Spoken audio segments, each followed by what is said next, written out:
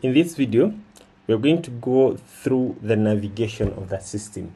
We want to see how is the system organized. It is very important to save time by knowing how something is organized. Let's say that if you're blind, for example, if knowing how your house is organized is very important. So in this video, we're going to specifically navigate through the system and know how it is organized, because it follows a certain specific structure or architecture or pattern that you have to know, so the rest of other things can be almost obvious for you to do what to do. So let's go through the navigation of the system. So here you'll see here on this first section, you'll see your school short name here. For example, this is BJS, the school short name. Here you'll see the wallet or your wallet balance, and then here you'll see the notification that you have in your inbox. Then you have the refresh button. If you want to refresh the whole page if you want to refresh the content in the page without refreshing the whole system, you can simply use this refresh button to just run what you call the Ajax refresh. It refreshes only the content without fetching the whole system data. It just fetches only the content. Then here you have a section. Sorry about that. Here you have a section where you can do what? Where you can set your account. Let's say that you want to change your password. You want to change some information about your account. At this point, you can use this to set your to change information. So when you click on it, to show you the details where you can even log out. So this is where you access the button to log out. If you want to change your password, etc., you just simply click here and then click on settings. Then it will take you to a section where you can change your password or even change your your photo, or what you call avatar or profile photo. So that's where you set things from. I hope you've seen that. So you proceed now. Now here you'll have the menu on this left hand side. You'll have the menu that can help you to navigate through the entire system. That's what you have on the left hand side. Let's say you want to go maybe in the inventory. You just simply go to the left hand side menu. Then you can click on you can be able to access the inventory. So each and every item will sit here. So some items have sub-menus. For example, if you click on inventory, it will show you everything that's related to inventory in its respective sub-menu. Then you have here a toggle button that can help you to switch the menu, expand it and expand it and collapse it. Okay, collapse it and expand it. Yeah, so if you want maybe a full screen, you can use this one to focus by collapsing the menu. If you want it back, you just simply click here, then it will come back. All right, now after looking at that, so then you have here the dashboard, like the main summaries, depending on the user role or rights. So now let's look at the tables. So every data here, most of the data, like 90% of the data, is presented in form of tables. All right. So if you want to access a table, let's say I want to access active students, I can simply click on this shortcut and takes me there. Or I can simply come to student center and say active students. So you'll see that most of the things here, they're being accessed in form of what? In form of tables. So you'll have a table here, and we're going to look at what is inside this table, or the details that are in this table. So here, let me collapse this menu so I can have a good overview. In this table, you have a search section. You have the data here, the data of the table. As you can see it here, it will just show up the biggest section of the page. So you'll have the data of the table. So let's look at different things that makes up the table. You have a filter button. So this filter button will help you to perform some specific filters or specific actions that will help you to see specific data that you want to see. So each table you'll always find, most of the tables that have filter applicable, you'll always find the filter here. So if you click on this filter, it will expand the menu.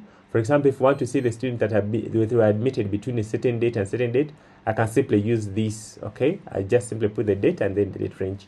Then I can be able to see those particular students that were admitted in that date.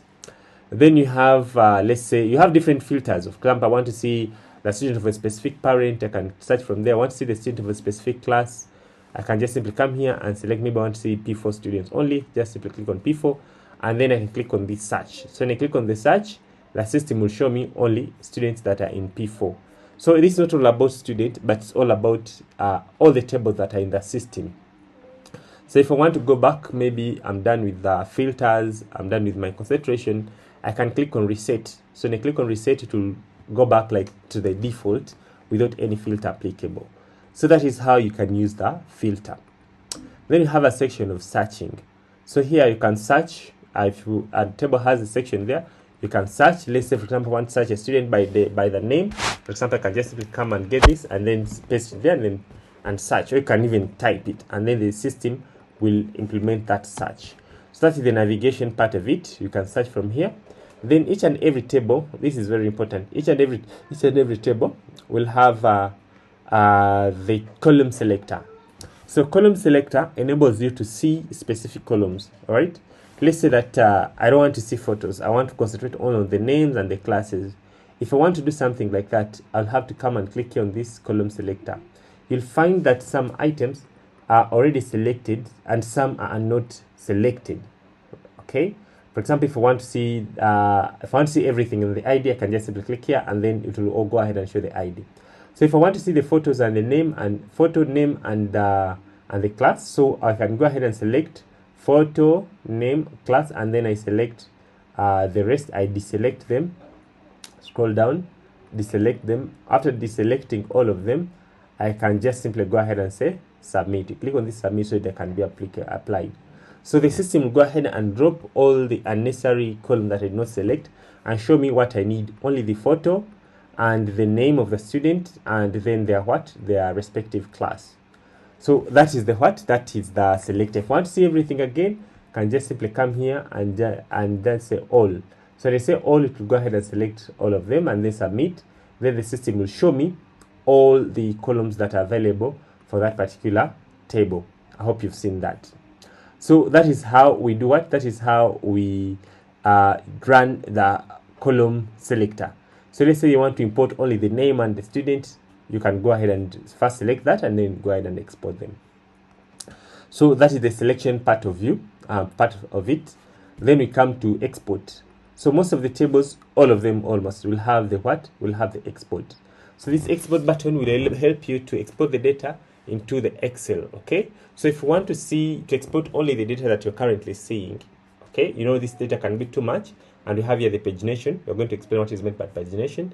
But here, if you're only seeing this data and want to export this data only, you can just simply go ahead and click on export and then this drop down part, and let's say maybe current. Or you can go ahead and select here some specific student that you want to export. Okay, after selecting them, then you can go ahead and click on this drop down and say export these selected rows. So all the data that you're going to be having, that's how the system is structured. All right. So if you want to export all, just simply click here, and then the system will go ahead and export the records in that particular table in form of what? In form of Excel. All right. So that is how you export. Then you have the new button. So this new button will always take you to the form that helps you to create a new record of that particular content that is in that you're currently viewing that table. All right. So if I want to add a new student, I can just simply come to the all active student and then I click on new. So when I click on new, it will go ahead and give me the form of adding what? A new student. So that is how you do it. So when you're looking for the new button, even other tables, let's say maybe I go, for example, here in finance, I come here to budget. So it will be obvious, like the new button will always be there. All right, that is the structure of of that system. So we proceed to the what? That's the structure of the system. Then we can proceed to another thing. For example, the batch actions. So the system gives the ability to perform batch actions. Let's say I want to export all the specific student. Go ahead and select. So this is the batch action. Can select specific student and go ahead and export them here. All right. Now, so this one helps you to select specific records. This one helps you to select specific columns, and then you can perform some action like exporting. Now, let's say that I want to perform some batch action. So after selecting, you'll always see this item showing up here. For example, if I select all and I deselect all, you'll see that this one will only have filters. But if I select all here, this is the icon for selecting all, this action of batch operation will show up here. So if I click down here, I'll see different items that I can do on this batch operation. I'm not going to go through them, but I'm just showing you the navigation. So if I can click here, I can go ahead, for example, and change the status of this unit to pending or active, something like that. So that's how you be performing batch actions. Everywhere you see where there is a batch selection, just know that you have some batch actions that you can perform on those selection, let's say deleting etc. So that is the batch actions for you. Then we have the table now itself. So on the table, everywhere you see this icon, it means that it enables you to sort in ascending or descending order of that particular row. So if I want to, of that particular column, if you want to sort these names according in descending, I can just simply click there. It will sort them in what? In the descending order, right? It has started with Z. So if I want to sort them again, I just simply click here in the opposite direction of ascending. Just simply click there again. It will sort them in what? In ascending order. It starts with A. So everywhere you see this icon, just know you can be able to sort in ascending or descending order of that particular item. So we have the what? We have everywhere you see that, you'll just know that. So you have this icon of filters. So here it can help you to perform quick filters. Everywhere you see this icon on top of a column, just know you can perform some filter there. For example, if I want to see the male students only, I can just click there and then say male and then say search. It will go ahead and show me the male student. I can remove this filter by simply resetting here. It will go ahead and remove that. So everywhere you see that icon, just know you have some filters that you can perform on that. Likewise here. For example, I can search by phone number. So those are the filters for you. Now we come to the table column itself. So some photos, we'll be able to click on them and then they show in full screen. If, for example, I want to see the full screen of this one, just click on it and then it will go ahead and show full screen.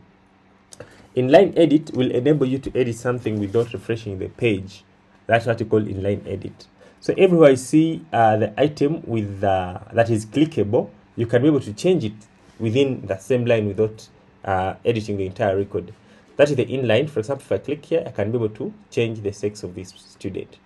Maybe I can be able to change even the text of the, where I see this a pen. For example, I can be able to change the guardian phone number.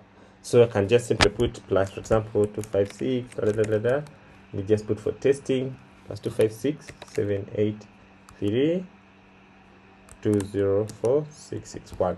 And then I say, this is the okay, this is how you save. So I click here to go ahead and save the record and show you the response that has been saved here. So if there is an error, it will still show you that an error has happened and will explain to you in the pop-up.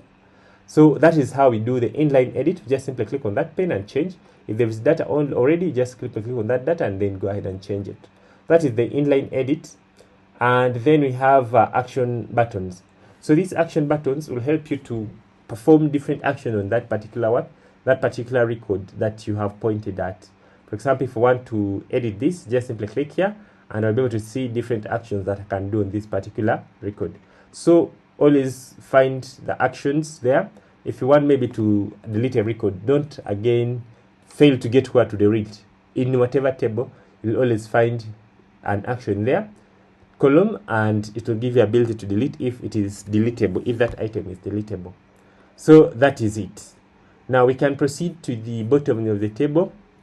So the bottom of the table, here to show you the summaries of the columns, of the content. So she's showing here on page 1 out of 20 pages that has 118 entries. So we cannot show these 188 entries on the same page by default because the system may be slow, right? Unless you request for them.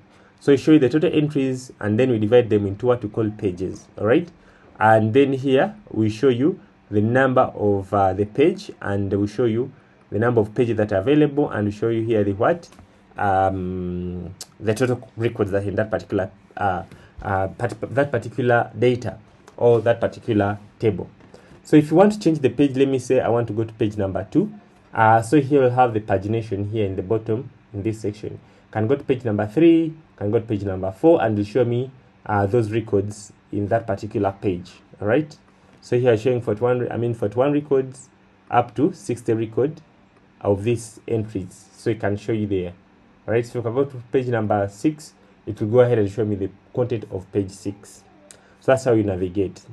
So sometimes you might need to have many records on the same page.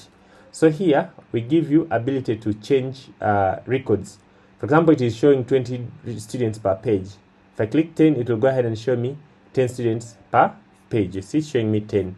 Now, what if I want to maybe focus on many and do a certain operation at once? I can go ahead and select maybe 300 students. So if I do so, the system will go ahead and load for me 300 students in this page. But you see, it is taking time because I've requested for too much data, but will definitely load them. So it has loaded for me 300 students. So that's how you can navigate through the Page Nation. So I hope you have understood how different features here on the table, or what you call the grid, you can be able to perform those features on all the tables or on the most of the table that you'll have. So I don't want you to suffer like asking me, how do I create a certain record? How do I sort? How do I filter? All the tables that are in this system, they have the features organized in that particular structure.